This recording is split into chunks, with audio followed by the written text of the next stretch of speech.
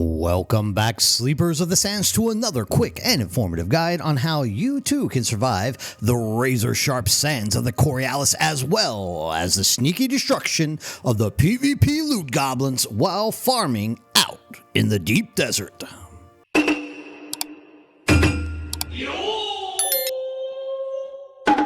For many of us desert farmers, the logistical nightmare of harvesting Stravinium and Titanium and hauling it all the way back to the Hagga Basin to refine that precious Plastanium can feel like a long, torturous march through the spice storms.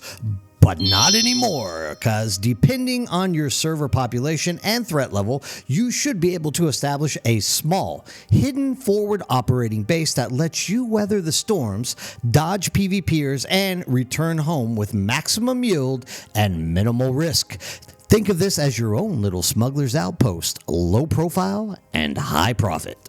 Now, to make this work, you'll need a few crucial tools for survival. First of all, you're going to have a carrier ornithopter and a carrier cargo container, as well as a buggy with a strong enough cutter array and, of course, a pocketed scout ornithopter. For construction, bring 6 calibrated servox, 20 cobalt paste, 35 plastinium ingots, 7 silicon blocks, 2 spice melange, because of course, and 2 steel ingots, as well as about 750 plastastone. On top of that, pack multiple large batteries, a Mark V welding torch, a filled leader john, and a quality steel suit to keep you alive under the twin suns out there in Arrakis. Now, when choosing a location for your fob, look for a high cliff edge or a cave entrance, something large enough to cast a shadow over your base and shield it from unwanted traffic.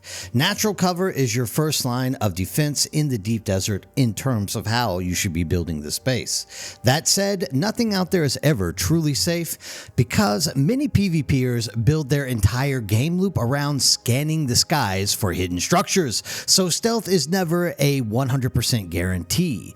Because of that, your real control comes down to when you farm and how tempting your base looks. In other words, be very careful what kind of spice-filled candy you leave behind. Another critical factor is flight lanes. On a weekly map, players tend to fly in straight lines between 2 major or 3 major POIs. If you can draw a line connecting 2 or more POIs, avoid it entirely. Instead, look for a north or south facing rock formation positioned well off that route, far from the beaten path, where only the truly desperate or unlucky will actually ever try to wander. Keeping this in mind, the purpose of this base isn't to be unraidable, it's to be uninteresting. Anyone who stumbles across it should see minimal reward and decide their time is better spent elsewhere. The only real wild card is the occasional griefer, those who raid not for profit, but simply to watch your work turn to sand. Now, the build itself is really simple. It's a 2x6x2 floor plan. Basically, lay 2 rows of 6 foundations. Build the side walls and the back wall. Leave the front open and cover it with a pentashield. For the roof, you're going to place 2 rows with 6 ceilings from that front pentashield going back, which you're going to leave a 2x6 opening in the back next to the wall, in which you are going to cover it with a horizontal pentashield. Inside, you will only need 1 basic power generator and 1 medium storage container placed centrally so that it doesn't block your buggy or the carrier ornithopter container as it is being dropped in. It's that simple. Disposable, and super effective. Now, the way this works is you load your buggy and building materials into that cargo container before deployment. Once you get out to the fob, you're going to drop the cargo container through the roof opening. You will assemble your buggy, then you will fly your carrier ornithopter back to the safe base and park it. Return using your scout ornithopter, you then pocket it and, of course, begin harvesting. As your buggy fills, you're going to return back to that fob. You will transfer the materials from your buggy into the cargo container using the medium storage as a medium transfer portal. A pro tip here is use F1 and F2 to instantly swap between the driver's seat and the cutter array. This massively increases the efficiency of the way you farm materials out in the deep desert. And once the cargo container is full, which takes about 4 buggy loads, you are then going to fly back to your carrier. Return back to the base, hook the container, and bring it home. Another pro tip here is you can use your right shift to auto-fly your carrier. These desert crossings can be long, and this is a way to AFK fly all your stuff back to safety. Now, if you get caught out by PvP, your priority is rather simple. Get back to the fob with your buggy.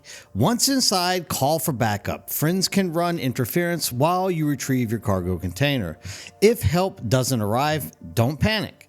You can reclaim everything using the vehicle backup tool at a later time if it does end up getting destroyed. However, these people cannot get into your base until a storm blows through, so you might actually be able to outlast them or be able to jump out, sneak away in your scout, and sneak back a little bit later and pick up all of your stuff from the base. This base is intentionally very minimal, so outside of griefers, most players won't even bother raiding it, especially if it's empty. And you can even remove the medium storage when you're offline to make it look completely worthless if you are really worried about losing the small amounts of plastinium and spice melange which it took to craft that. Remember, the deep desert is unforgiving and PvP is always a threat. But with proper planning, smart timing, and a low-profile forward base like this, you can maximize your returns and minimize your losses. Keep your eyes in the skies, trust your still suit, and may your cargo hold always be heavy with spice.